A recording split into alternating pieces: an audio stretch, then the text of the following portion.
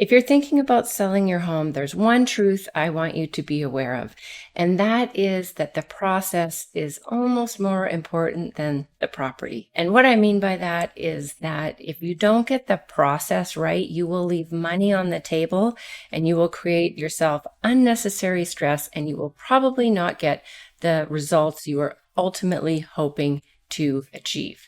Because sellers might think that that process starts when you put the sign in the ground, but actually it starts, or it should start, months or even years before.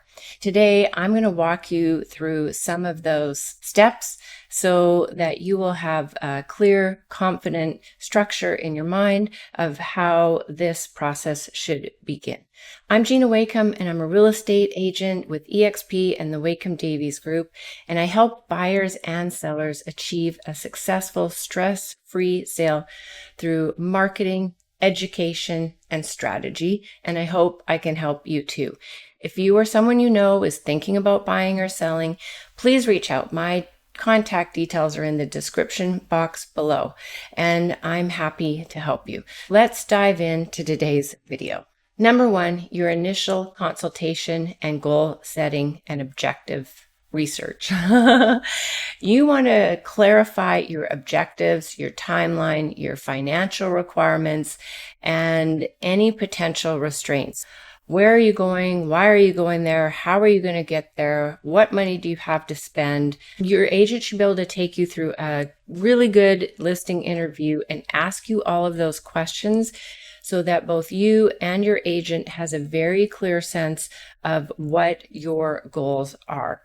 And early in the process, also try to meet with your lender or your banker so that you can discuss where you are with the financial situation of your home as well, so you know how to move forward. Number two, a competitive market analysis. And sometimes this crosses over with number three, so just bear with me, we'll get to that in a minute. But you're going to get from your agent a detailed report of what the market value is of your home. Now, a good agent is going to take a lot of time. If it comes back to you really quickly, I don't know, it takes hours. Sometimes if properties are complex, I will even go to comparables to walk through them.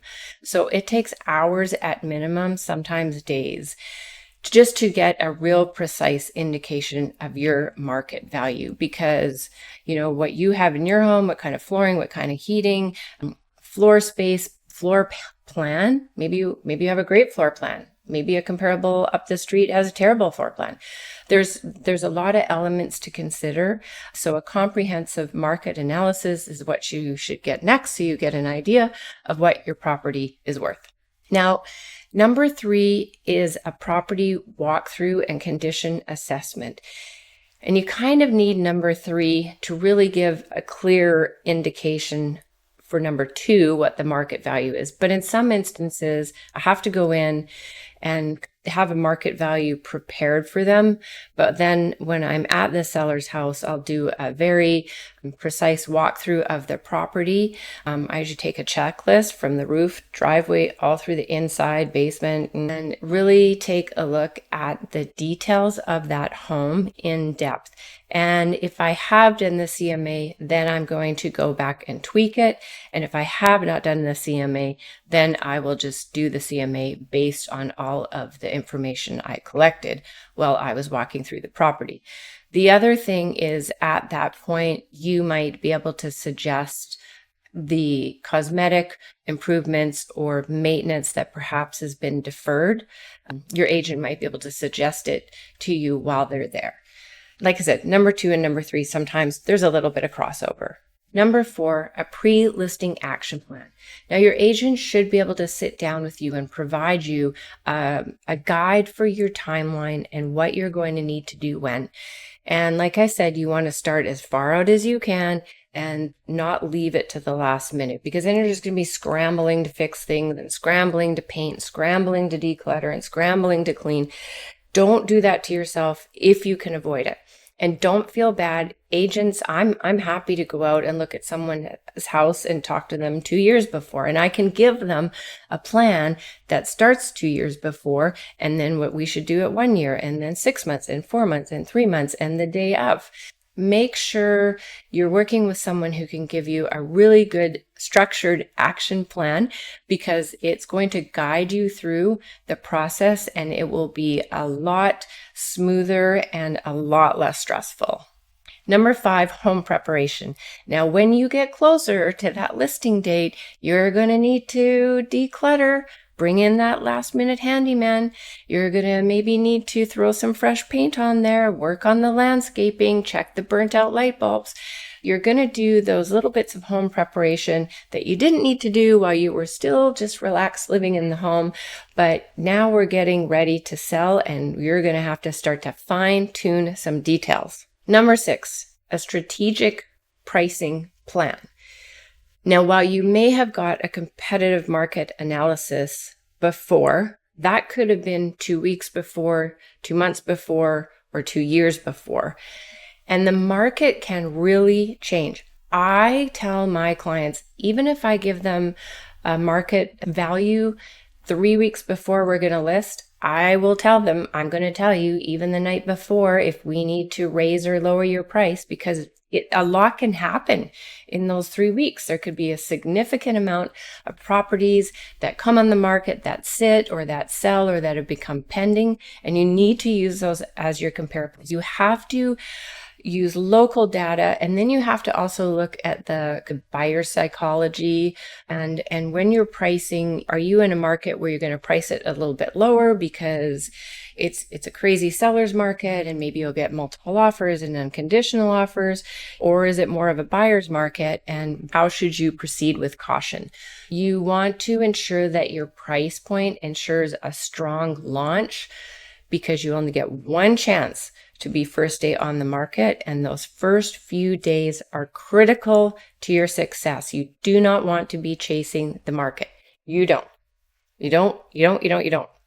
not. Number 7, professional media production.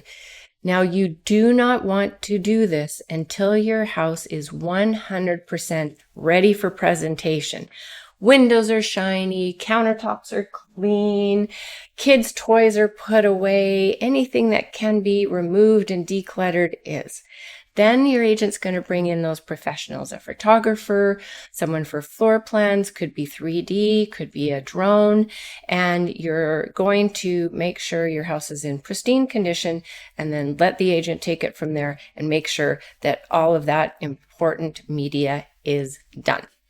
Now, number 8 is the marketing build out and listing launch preparation.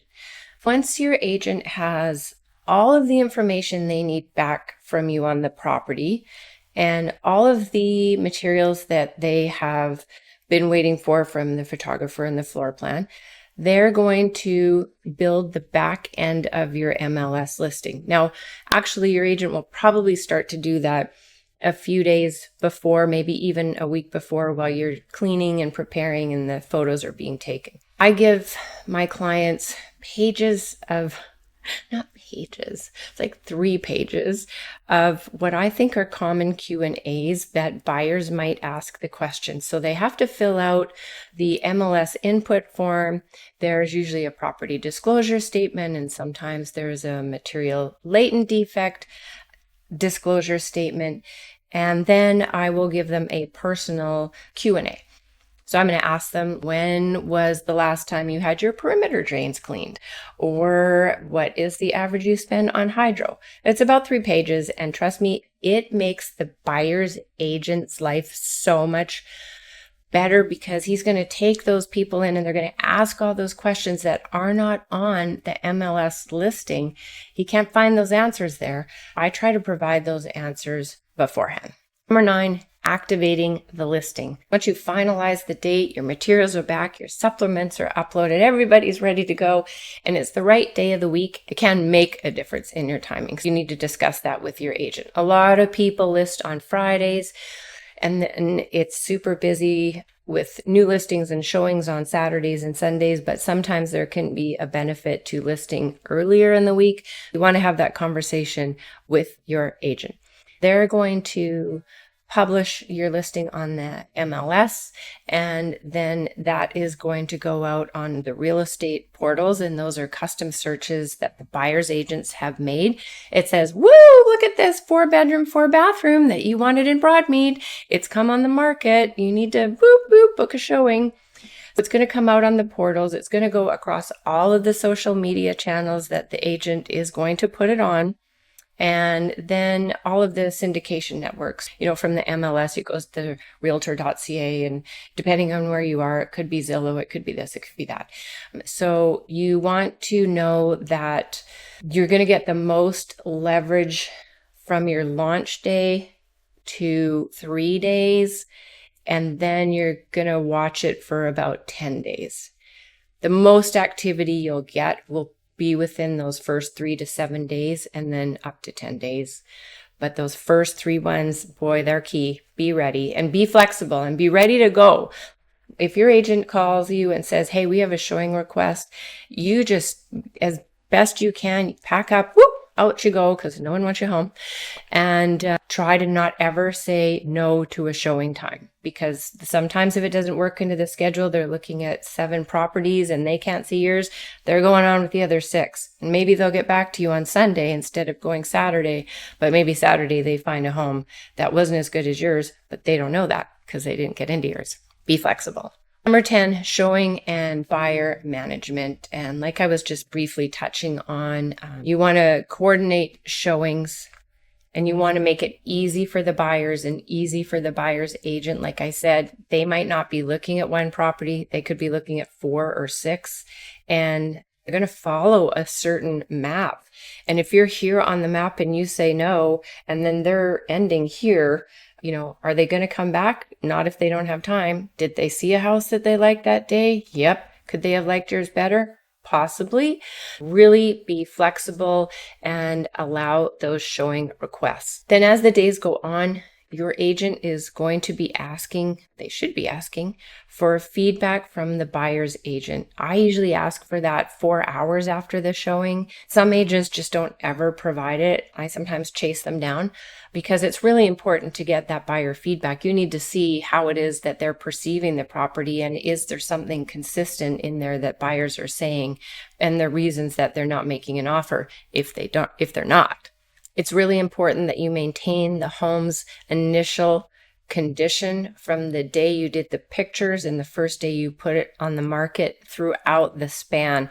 That gets really hard when you're older, or if you have children, or if you're a person who likes a lot of things around you, because I personally get people to really minimize everything, and that might even be putting extra things they like to use and wanted to keep around in a rubber bin just for that day, if they can.